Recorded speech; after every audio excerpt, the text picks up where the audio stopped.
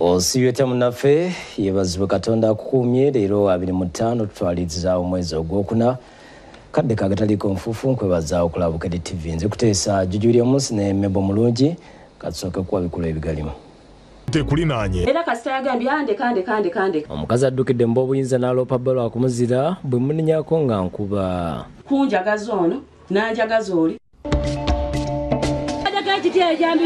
kitalo omusamiza atemudde omulambo ne bagumako omuliro mu ssabo lye abamusse bazze nga balwadde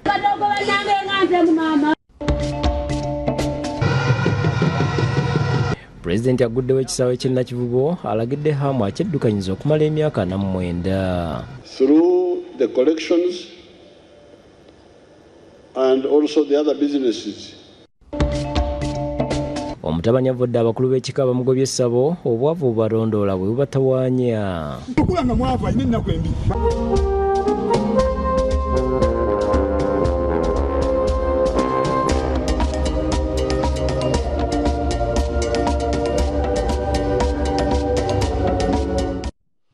Awo tukulozezaako buloza n'amala mangi nnyo kati mbujjuvu tutandise naago omukazi addukidde wakulira ensonga z'abakyala n'aloopa bba ng'alumiriza okumuzira agamba bw'amugambako ng'amukuba n'okumutuga bano tubasanze ekireka bbira ewakiso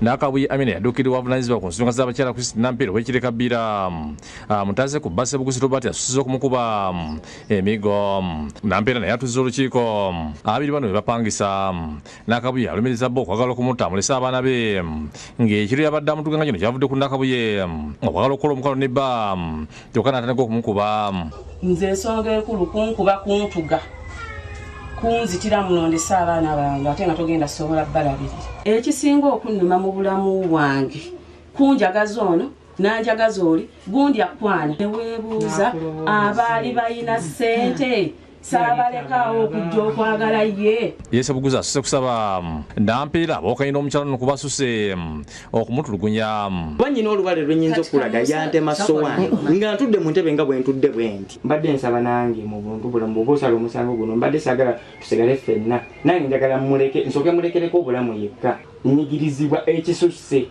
ekyaddala nno n'okutuuka kwe yammaze agamba nti mukazi yakubyewo n'omwenge ng'alina n'ogugu yaguze ng'olwagutadde mu ttama kuno gwe n'atandika okumpeeka omukwano mu kunywamu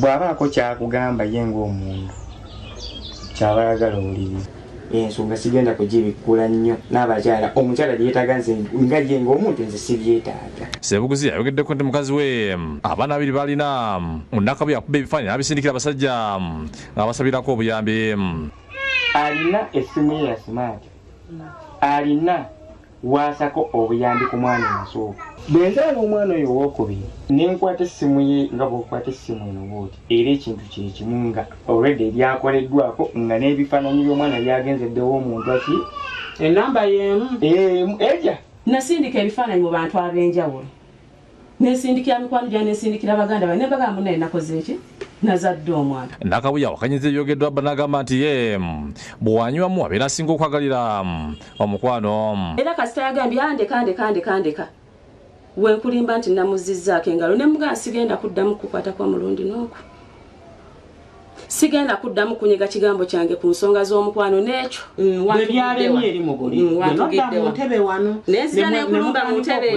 era ndululwo bagamba nti essaawa yonna bano bandeetera mu nnyumba ze kuba buli kira abeera abataasa ng'ategeeza n'omusajja tawa mukazi we buyambi ng'omukyala yetetenkanya ekyo kyabazima bajja kwetta ekikulu balina obusungu bungi kati ekiro yasuze wange yangambye abadde amutuga ategeeza mu kiseera kino abanja ensibiso 500 nga etuuka n'okubakozesa endagaano nangamba kati tukole endagaano ngenda kuwa ssente amazima gennyini yangayo omwezi ogu omuntu tomubanja mwezi gusoose oyingire ogwokubiri ogumiikiriza ogwokusatu batandika kwerwanya osobola obbagobanga bagenze n'emyezi gyo kati mwagala landiroodi asule ng'atunula olw'ebizibu byammwe nga n'okumusasula temumusasula atuse n'okusaba Nampere abakakibwa muwe ssente ze bwekirema bamuviire kuba tayagala mirambo kugwa ku njuze ebiggwerere nga buli mwalina okusooka aviiremu ne Abudu Muwonge yakusakidde eggulu nkulawukere TV ensonga z'abafumbo bwe zityo tabanguko mu maka naye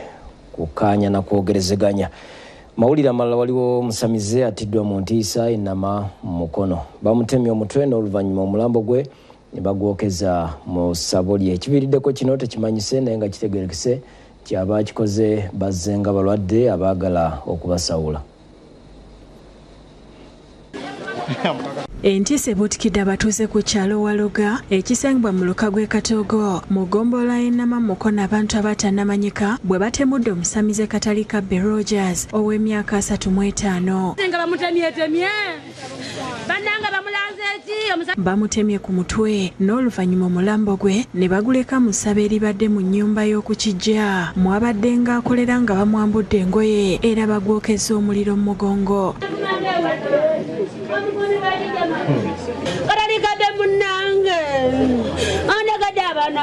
Kigambibwa abaamuse bazze nga abalwadde nga baagala okujjanjabibwa. Omusasi waffe waatukiddewo nga abatuuze bakuŋŋaanidde ku ssabo lya Katali Kabbe era Namwandu Saara tebabeerwa ategeezezza nti abamutemudde baamuyise waka nga baagala kubalagula. Omwami najjawo omuvubuka oyo w'e Katogo saawa mu kitundu n'essimu yamukubiddwa yamugenda ku ssaawa 12 n'amugamba jawo simanyi bye yasembyeyo okuwuliriza ebigambo bya Katali Kabbe ng'ayogera ku ssimu.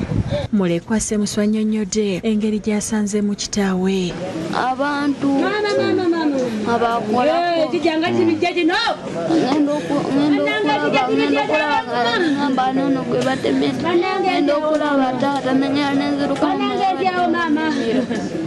nemuyita nagamba olimba obudde mwenge agenda otuuka nga bamutemyetemyemu. Okusinziira ku batuuze omugenzi bakomye okumulabako eggulo limu era nti kibeewuunyisiza okuwulira nti atemuddwa ne balajjanira gavumenti okubadiza poliisi mu kitundu kuba ettemu lyeyongedde. Ewiiki emu ng'abantu bamaze okufa kati ku ssaawa eno n'omusajja bamusanze mu nju ne bayita mukazi we n'agenda ne bamutematema ne bamutta. Nze ndowooza twandibadde tusaba IGP otuyambe okomyewo poliisi e Katogo. Ssentebe w'ekyalo Katamba Sulaiman anyoleddwa nnyo olw'ekituuse mu kitundu. Abamutemye bagezaako n'okwagala okumwokya naye nze nga ssentebe w'ekyalo njagala kugatta eddoboozi lyange ly'abannange tusabe poliisi ya Uganda bwe kiba kisoboka etufunireyo poliisi kubanga bw'opimamu wano okuva Katogo okutuuka Enama wali poliisi waliwo kilomita 7. Mukomyewo poliisi yaffe e Katogo kubanga yali etuyamba nnyo. Poliisi okuva e Mukoneze ne yeekebejja omulambo ne guteekebwa akabangali ne gutwalibwa mu ggwanika ly'eddwaliro ekkulu e Mulago okwongera okwekebejjebwa.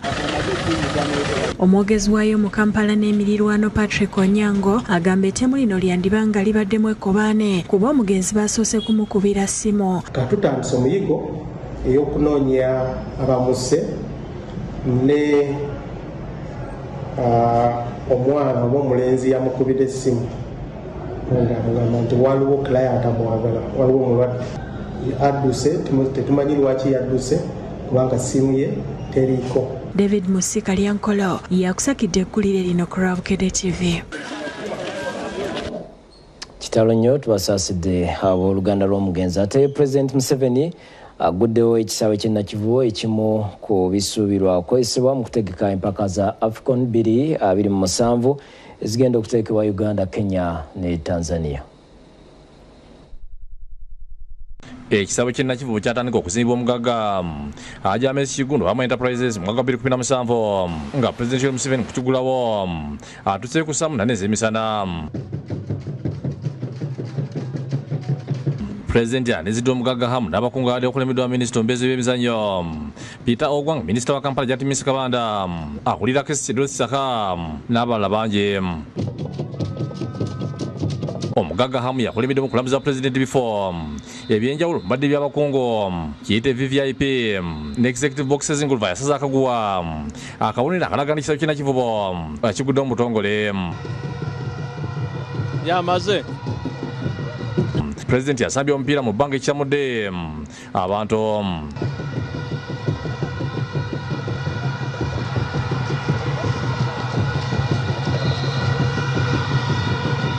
Oluvudde wanatwalirwa butereevu okulambula obusenge obwambalibwamu obw'abazannyi baddeefiri n'abakungu omuli jimu ey'omulembe.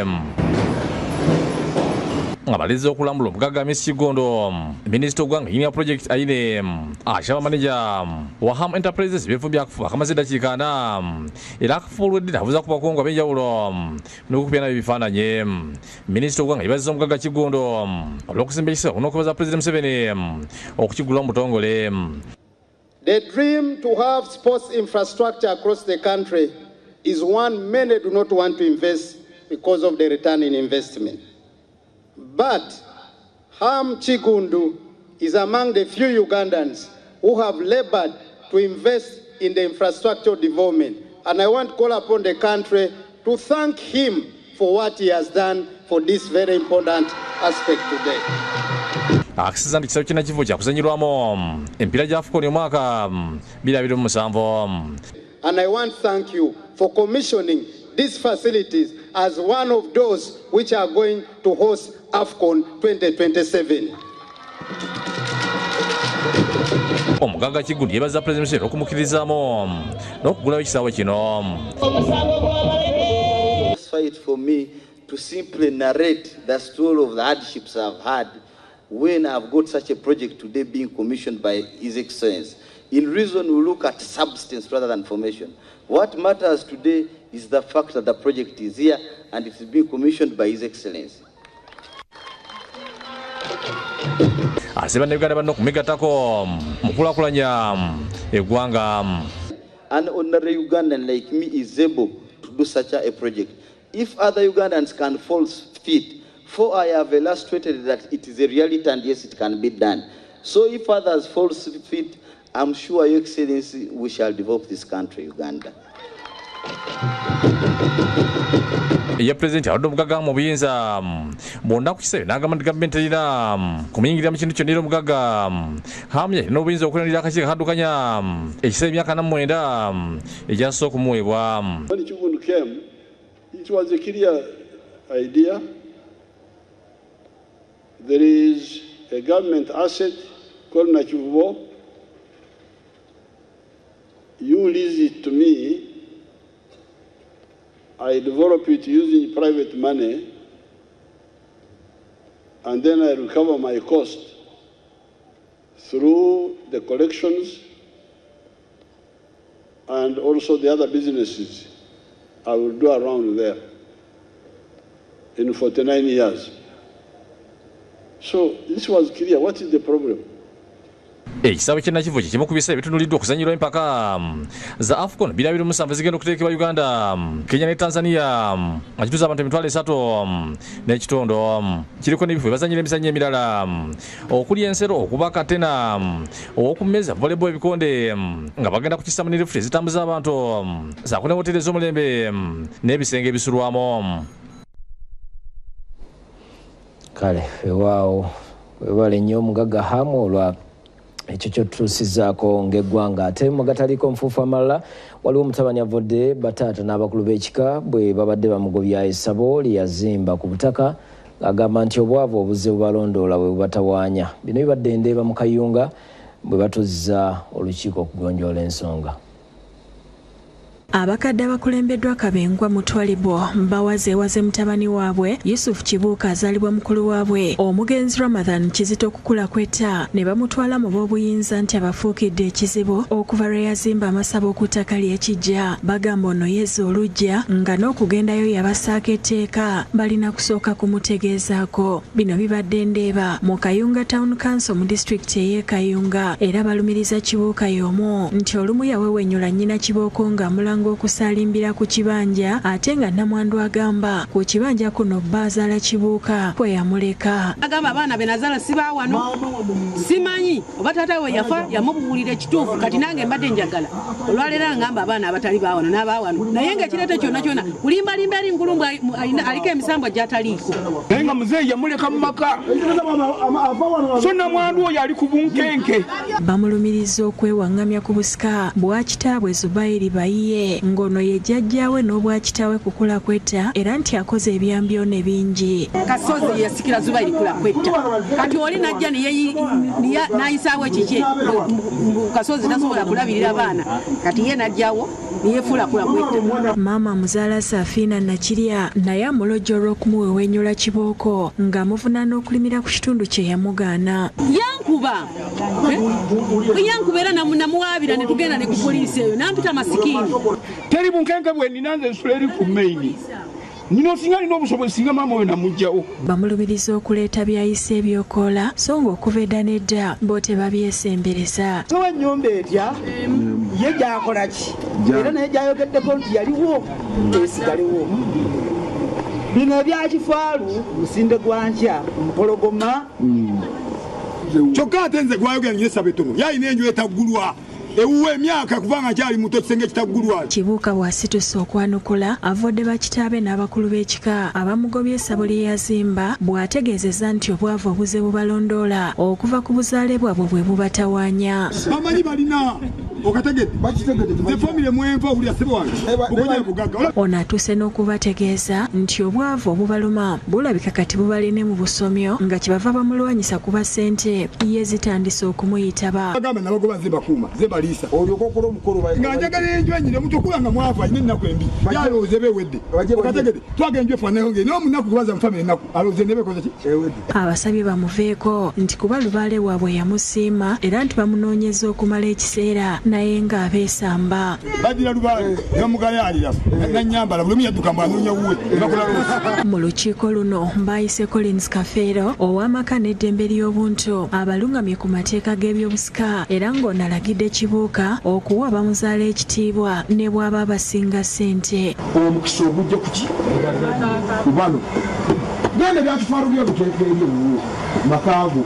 Amulagidde okumenya essabo ku ttaka ly'ekijja agenda alizimbe ku kifo ekikye kyayagala era n'alagira abakulu b'ekika okumuggyako obusika balonde omuntu omutuufu. Talina obusika wadde era mumuggyeko mulonde omuwala akole ki? Sawulo w'okulira yakusakidde eggulire lino ku Lwabukedde TV. Saba komawo wano. Kale weebale nnyo Sawulo katusooke tumulemu katono tugenda kudda n'amalala tovaawo. Olw'okuba ebiseera ebyo abalongo tebalinga abakaakati nti omuntu bw'anaazaala abalongo bwe yazaalanga abalongo ng'ensi ekuŋŋaana nti omuntu yazadde abaana ababiri ate ono kyali kyafe yazaala bana kale ensi yakuŋŋaananga okujja okulaba abaana abalongo naye nno abalongo abo teyabazaalira wala wano ewennamwaya nga bwe nkugambye ewakojjaawo bwe Kisumugungu naye nga yalina lyalule erya Kisumugungu yalifuna luvannyuma. Abaana abo bwe babazaala abantu bwe bakuŋŋaananga abangi okujja okulaba abaana abazaaliddwa.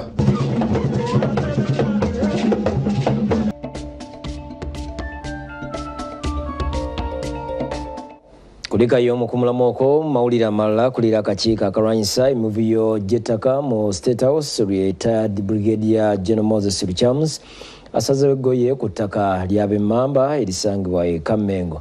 Asinzidde n'ategeeza nga Pulezidenti bwe yalagidde baleeta amateeka amakakali ku beenyigira mu kubba ettaka.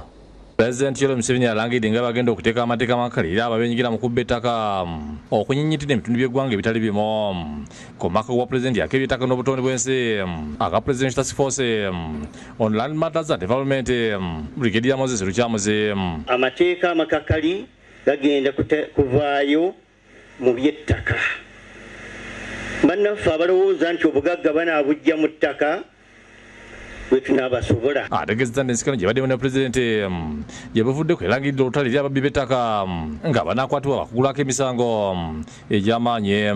Naye yagambye nti n'olutalo era agenda kuteekako amateeka ag'olutalo omuntu abba ettaka ayisibwenga terrorist. Alabudde bonna abenyigira mu kubba ettaka okulokoka nga bukyali ng'ebiragiro bino tebinafulumizibwa kuba sibakutira mu ntiina ku liiso. Amateeka agafaanana bwe gatyo bwe gataggibweyo abantu tebajja kudda ki ku respectia kubanga emirembe ndowooza abantu tebajagala. Abyogedde ku kyalo Magejje Kamengo mu disitulikiti y'Empigi bw'abadde wa lipoota y'akakiiko ku ngaana z'ettaka wakati wa famire ya Augustine Sseefuma n'ab'ekika ky'Emmamba abalumiza nti Sigala Sseefuma baagala okutwala ettaka lyabwe nga lwetabiddwamu ne RDC w'Empigi. Awuliddemu okunenyeza ku musonga nga Jamiru Ssempagala abuulira abatuuze ebyanoonyezeddwa era n'akasanga ettaka bwe liri Augustine Sseefuma bula so si lya kika kya Mmamba. Ettaka lyali lya muntu ng'omuntu era abava mu oyo omuntu be bokka abalina okuganyulwa mu ttaka eryo. Obadde nga ebintu ebisanyuddwamu ku b'ekika kino Ssempagala kalabidde n'abasaba bwe bateba matidde baddukire mu kooti. Oyo omufu wange oyo Augustine Sseefuma oyo mbadde nsaba otubuulire ne gye yakomera okuli gye sitalinga. Omuntu yenna atamatidde na kino waliwo etteeka waliwo ekooti z'amateeka. Aladdesi w'Empigi Ssempala Kigoze ayogedde ku nkaana zino zagambye nti tezisaana kubaawo. Naye bakaayana naye ng'ensonga ezibakaayanya ezimu nga nnyangu za kutuula ne bakola ki ne bategeeragana. Alabudde abasuubira okutabangula emirimu mu kitundu okukikomya.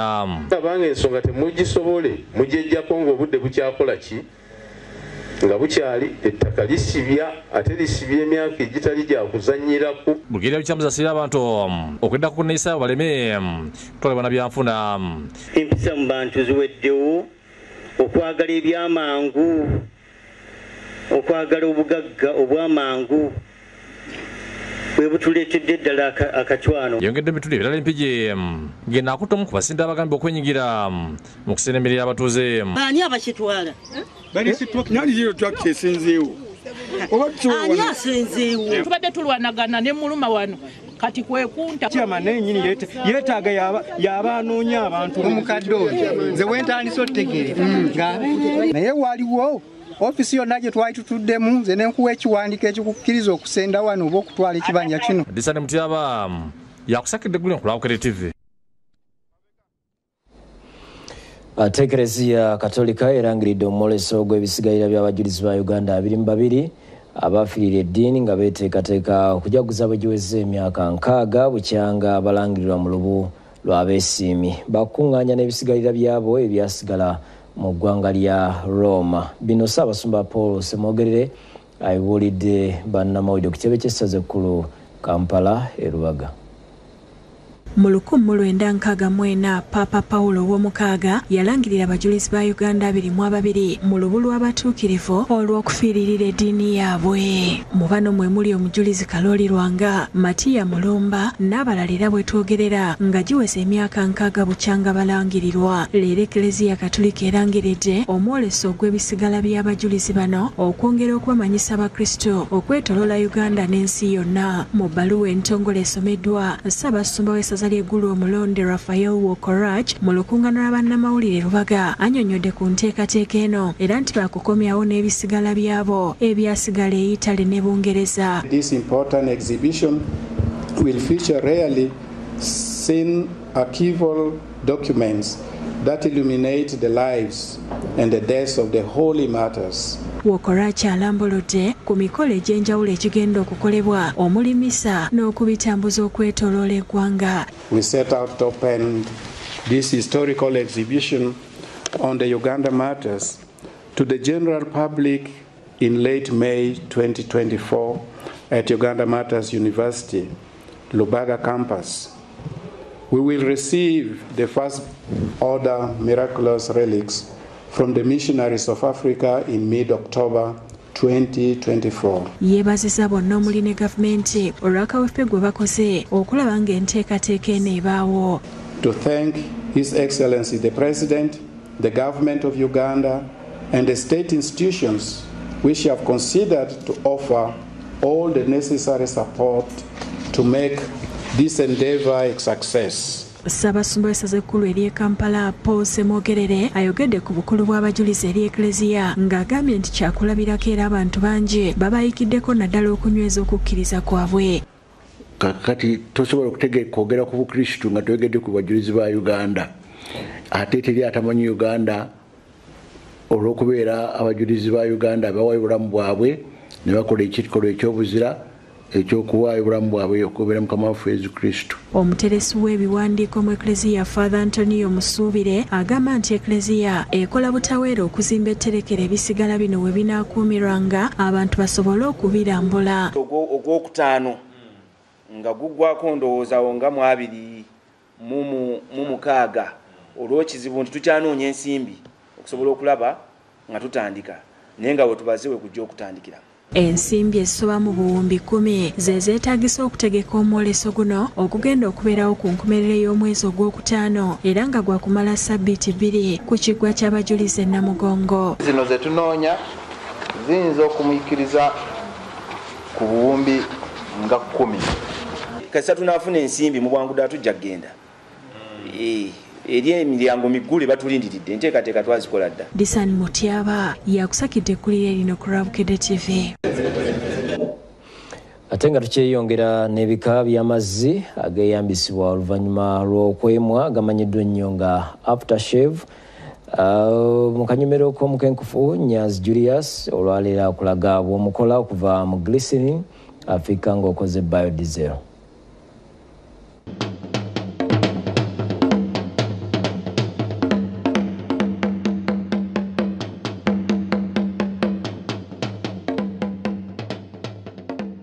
Nga bwe tuzze twetegereza enkola za aftershave ez'enjawulo ng'ava mu bintu eby'enjawulo, leero omukugu Julius Nyanzi atulaga engeri endala ng'amazzi gano agakozesebwa nga weemwedde ogakola mu glycerin gwe twalaba Africa ng'okoze biodiesel. Bwe twatandika na aftershave yasooka 1 lita ne lita miruzi 10 kwegamba size entonotono ono twamukola mu spirit aftershave ono wa spirit era mu mbeera eyo bwe twamala ne tudda ku aftershave olw'okuno oluwedde atalimu mwenge nga tumukoze mu mazzi g'obukomera kubanga mwabakamula oil mukimanyi bulungi nnyo bwe distilling obukomera tujjako oil amazzi agasigalawo ago ne tugakozesa okola aftershave nago gayamba omuntu obutabutuka. Biodiesel mwamulaba twakola amafuta okuva mu oil omukadde wamu n'amasavu ag'ebisolo ebyenjawulo. Ebisolo ebyo bye mulyako ennyama naye amasavu ago ne gasigalawo. Amasavu ago twabalaga engeri gye tukolamu biodiesel naye bwe twali tukola biodiesel kwavaako glycerin. Glycerin abakyala bamukozesa bulungi nnyo. Waliwo glycerin ow'e Rwanda era mumuwaana nnyo ne tugamba no glycerin ow'obutonde asigalira nga tukoze amafuta aga biodiesel. Emitendera gifaanaganamu n'eyo gye tuzze tulaba okuggyako nti ku luno langi tugijje mu kinzaali nga tekigatta n'emigaso emirala ku mazzi gano. Era nga nakugamba weetaaga capital wa mitwalo 10 okutandikawo project eno ey'okukola aftershave. Ate ng'erina akatale k'amaanyi nnyo kubanga saluni zibunye mu Uganda wonna. Mwabasinga mubadde mumanyi emwandule yokka yekola aftershave ne tulina mikwano gyaffe abakulu mu ddiini, tulina abantu baffe nga bamuyirako kamiru k'omwenge afuuka Dr. Zunga geno kakananga boda zimukonyi akawoowo jukira ekitunda aftershave kaba akawoowo kakulu nnyo era nga tugenda tuteekamu akawoowo ka lavenda ono namubayigiriza okumukamula era mwabajja ne mugula ebyuma ebikamula oil. Programu nayo twagikola mu ntegera bulungi nnyo. N'olwekyo soofuna lavenda awedde noteekamu miru emu noteekamu glycerin waffe akola nga akawoowo ate aba agenda kulirakisinga omuntu gwe bafuuyidde aftershave eno ono kugamba omuntu abenga awonya bulungi n'okukakane kwegamba asasula omutwalo gwe ogw'okumusalako enviiri ng'ekintu kyekyo. Leero tugenda kukozesa kinzaali. Jjukira ffe tuli mu butonde tetwetaaga chemicals era mu mbeera eyo oil ow'ekinzaali aba akola ne powder w'ekinzaali naye kankozese powder kubanga mmwe powder abangwira. Jjukira era ekinzaali ddagala turmeric nalyo ddagala ly'amaanyi mu mbeera y'enviiri kubanga ajjawo situka akuyamba bulungi nnyo. N'olwekyo okwata ka tishu n'okoona munda. Aftershave ya yero ya kinzaali turmeric ya butonde teriimu chemicals. Ekiddako kugenda ku Nasalodi nti bali baseka zebidaayo aftershave nani alcoholic temuli mwenge bintu ebityo bitambula bintu si bizibu capital ono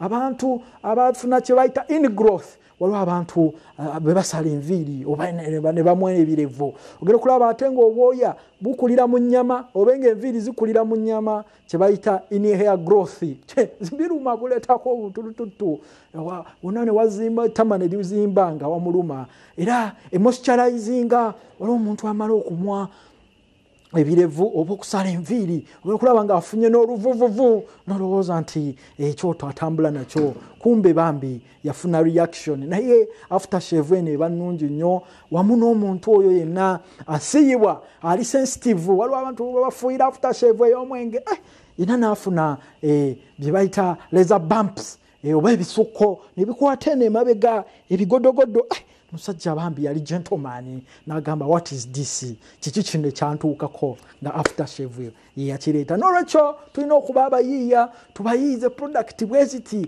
ezitalina chemical ekyo tosobola okunoloja nga tuwumbawumba aftershave bizinesi eno tulabe efuna etya wetaaga ki era kiki kye tusobola okufunamu okulaba nti sente zino zetunyooma 10 15 5 2 zezigaggawaza abantu. Bye bye.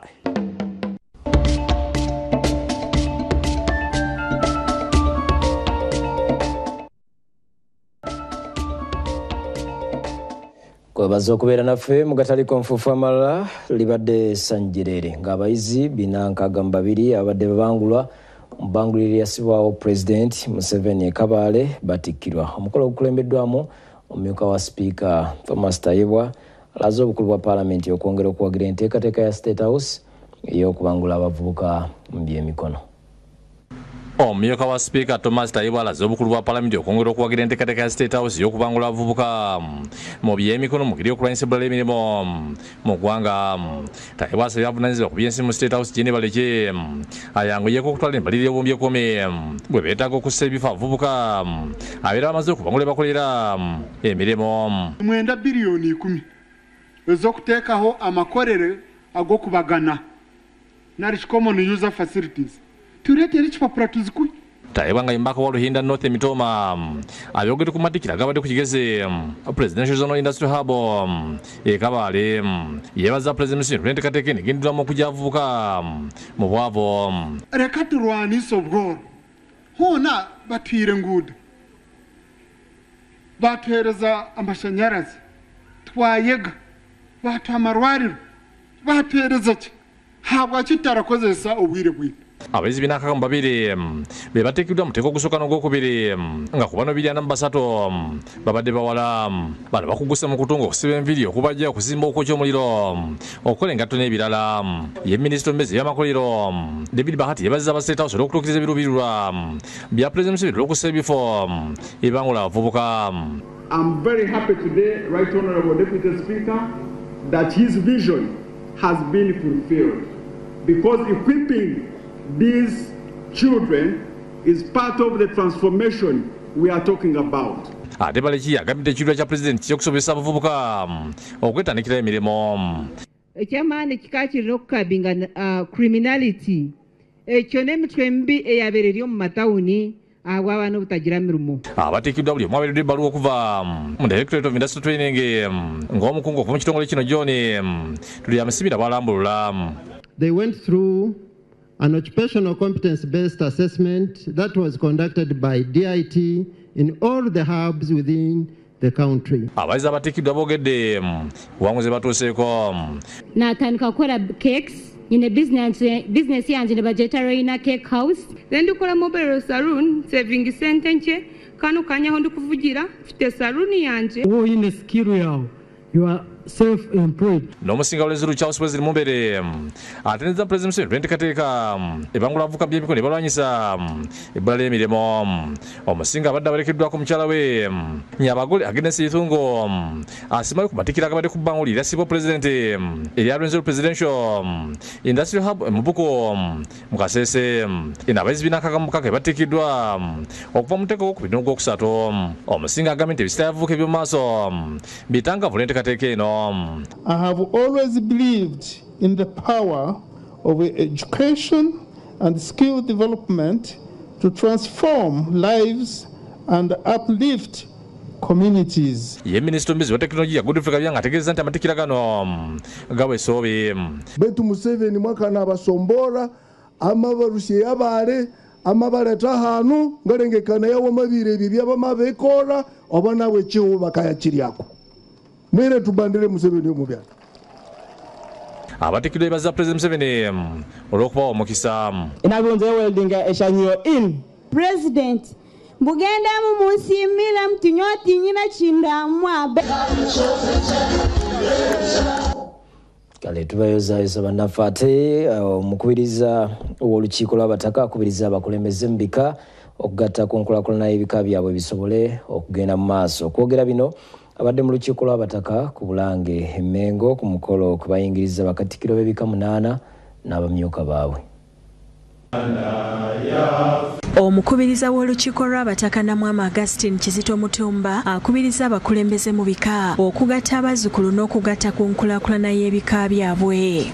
Twebaza bannaffe abanjudde bakatikkiro n'abamyuka baabwe okwongera okuggumiza omulimu gwe tuweereza mu bika byaffe. Okwogera bino abadde mu lukiiko lw'abataka ku Bulange Emmengo ku mukolo mwe bayingiriza bakatikiro b'ebika 8 n'abamyuka baabwe ku lukiiko lw'abataka. Katwala omukisa guno wanjula Katikkiro Frederick Nkondo. Bakatikiro abayingiziddwa kuliko ow'endiga, ow'ekibulala, ow'empeewo, enkuso, empologoma, Engabye, ensamba, engo n'akasimba. Omumyuka wa Katikkiro Simulala ye Yosefu Yiga Katikkiro wa Kabazi. Bano beetisse ebirabo bingi eby'olukiiko mubadde n'ebita by'omwenge obwedda buli katikkiro ayingira olukiiko ng'ajja eri omutaka wa Kasolya n'amwanjula mu butongole n'abamuwerekeddeko olw'omutaka Namwama n'abayingiza mu lukiiko lw'abataka okubawa obutaka. Bawaddeyo ne bbaasi ezirimu ensimbi okutumbula emirimu gy'olukiiko. Bbaasi ebisebo erimu emitwalo 5 nayo ne bajja nayo. Namwama bw'atuuse ku bazzukulu ba Nsamba abasabye okukola ekisoboka okufunira jjajjaabwe w'atuula oluvannyuma lw'amaka ge okusaanyizibwawo gye buvuddeko. N'olwekyo ndabe abazze wano musobola okubeera n'eddoboozi eddene okubeerako ekikolebwa naye nga tukivumirira ekyaliwo tukivumirira ate twakimanyako nti kyalimu amanjolo.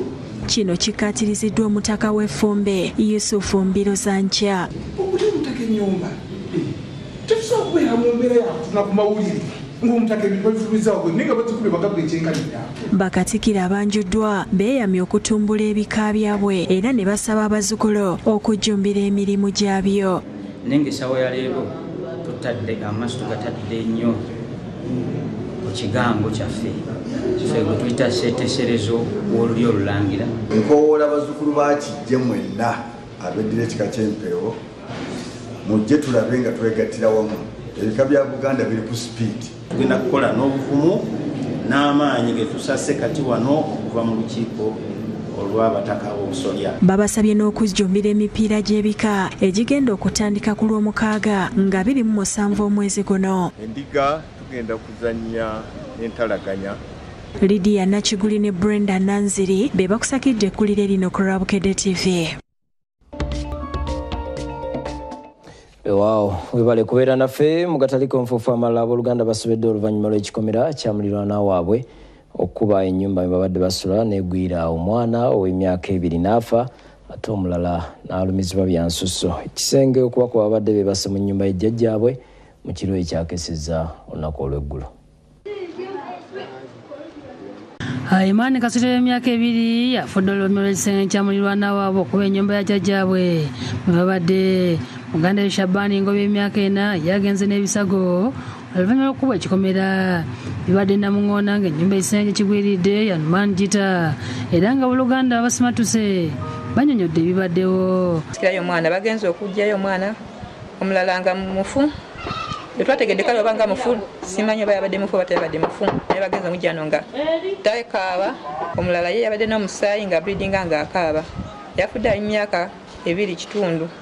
Ono mulala emyaka nga 45. Bagamba nti bagezezzaako okuddusa abaana bano mu ddwaliro eryokumpi eby'embyomu Nandalutonda. Ekisibo zonna ne bazikuba byonna omutima kifuba nga tekyakoseddwa naye nga hakikata era akyali ku bujjanjabi nsaba kuyambibwa.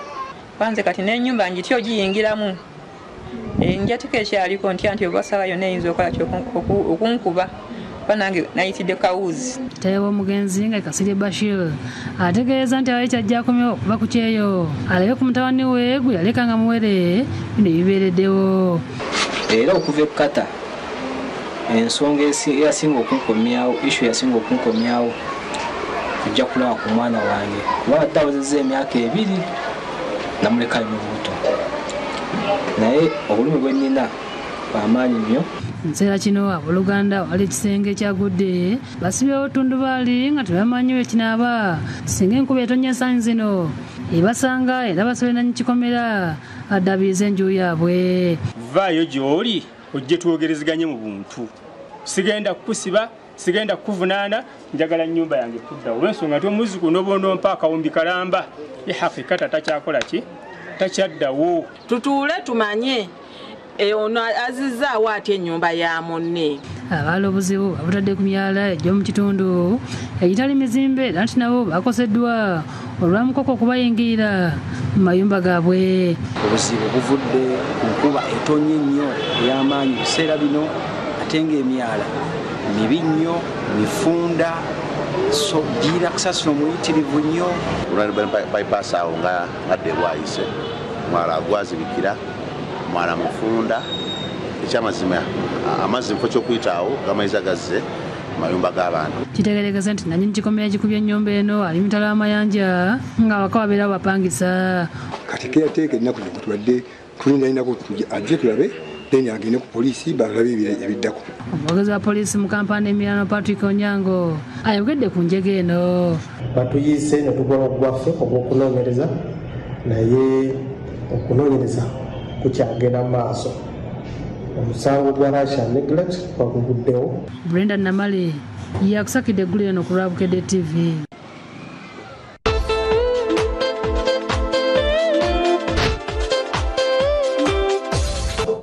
Tubasaasidde bannaffe mu gemizannyo liigi y'eggwanga ey'abamnywera ya Star Times Uganda Premier League ezzeemu leero n'emipiira 2 nga Bright Stars FC esuiza KCCA FC obubonero 2 oluvannyuma lw'okumeggana ku ggoolo 2-2. Yo Sports Club Villa ekomyewo mu kibalo ky'ekikopo oluvannyuma lw'okumegga Gaddafi FC ku ggoolo 1-0 ku bugenyi ng'eteebeddwa John Paul Kakande. Obuwanguzi babutadde ku Sports Club Villa mu kifo ekyokunaana obubonero 45 ngeri akabonero kamwe mabega wakati wa Kitala FC ekulembedde.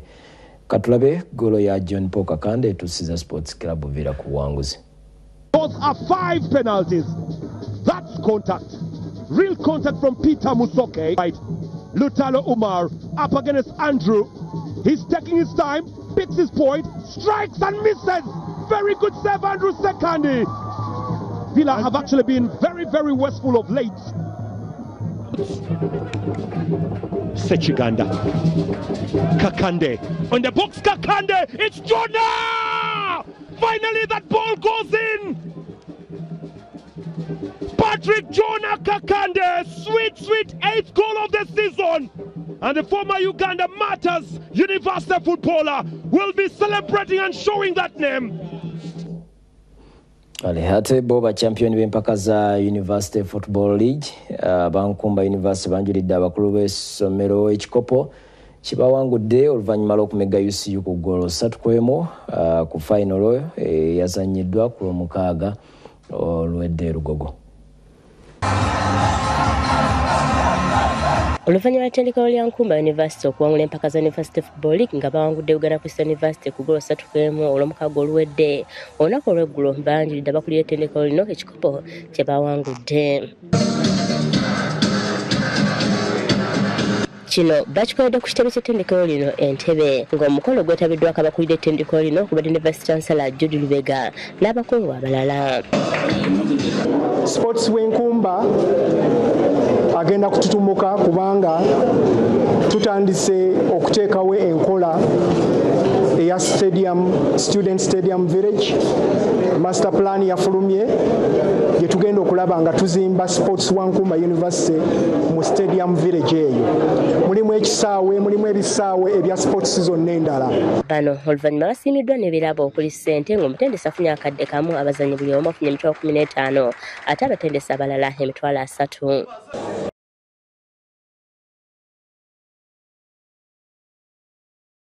Gatya mu kibiina kya USSA gitandika weekend eno endejje awagenda okubeera emizannyo egy'enjawulo ne Masaka awagenda okubeera omupiira gw'abalenzi ogw'ebigiro. Omusasi waffe abaddeyo Katwe byajjeyo. Obululu bw'emizannyo gy'amasomero ga siniya egya USSA gitandika ku Lwomukaga lwa weekend endejje ne Masaka kukwatiddwa olwaleero ku kitebe ky'ekibiina ekitwala emizannyo gino Port Kampala. Omu ku bululu obukwatiddwa mu mupiira gw'abalenzi nga muno ttiimu 6 zigenda okuvuganya abakyampioni b'omwaka ogwedde aba St. Mary's Stand bali mu kibinja ekisooka wamu n'Embale Progressive, Ngora High ne Kisozi Seed. Mu mupiira gw'abawala ttiimu 48 ze zigenda okuvuganya nga mu bululu obukwatiddwa bakyampioni b'omwaka ogwedde aba Arms College bali mu kibinja ekisooka ne Hope SS, St. Mariko, Nkoma SS, Akaba SS ne Kayindu SS. Muzaabwe abalala ne bagenda tubadde tukozesa pass-slip ya P7. Abamu ne bafuna abantu balina emyaka nga 25 ne babazaayo mu P7 ne batandika bupya ne bafuna za pass-slip. Kati kuno tubulusiriya nnyo ate kituyambyeko kusanga nti ne Parliament ya Uganda yamaze neteekako ekiragiro n'ekiyisa kyogamba nti omuntu yenna emyaka omuntu yonna azanya omulinnya ly'omuntu ala eyo ebeera criminal offense.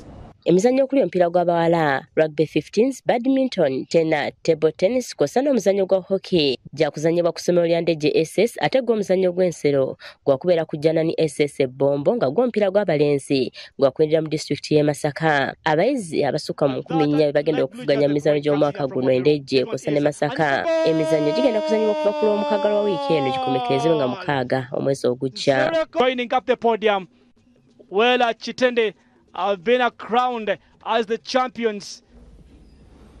Kale wegatyo wegagenza agolwa leero nkwebaza nnyo wonna w'osinziira okutulaba. Tujja kugadamu ku makya saa 12 gwe yasubiddwa entandikwa yaago. Tukwagaliza ekiro ekirungi. Nze kuteesa Julia Musne mulungi Mebo tova ku Bukedde TV.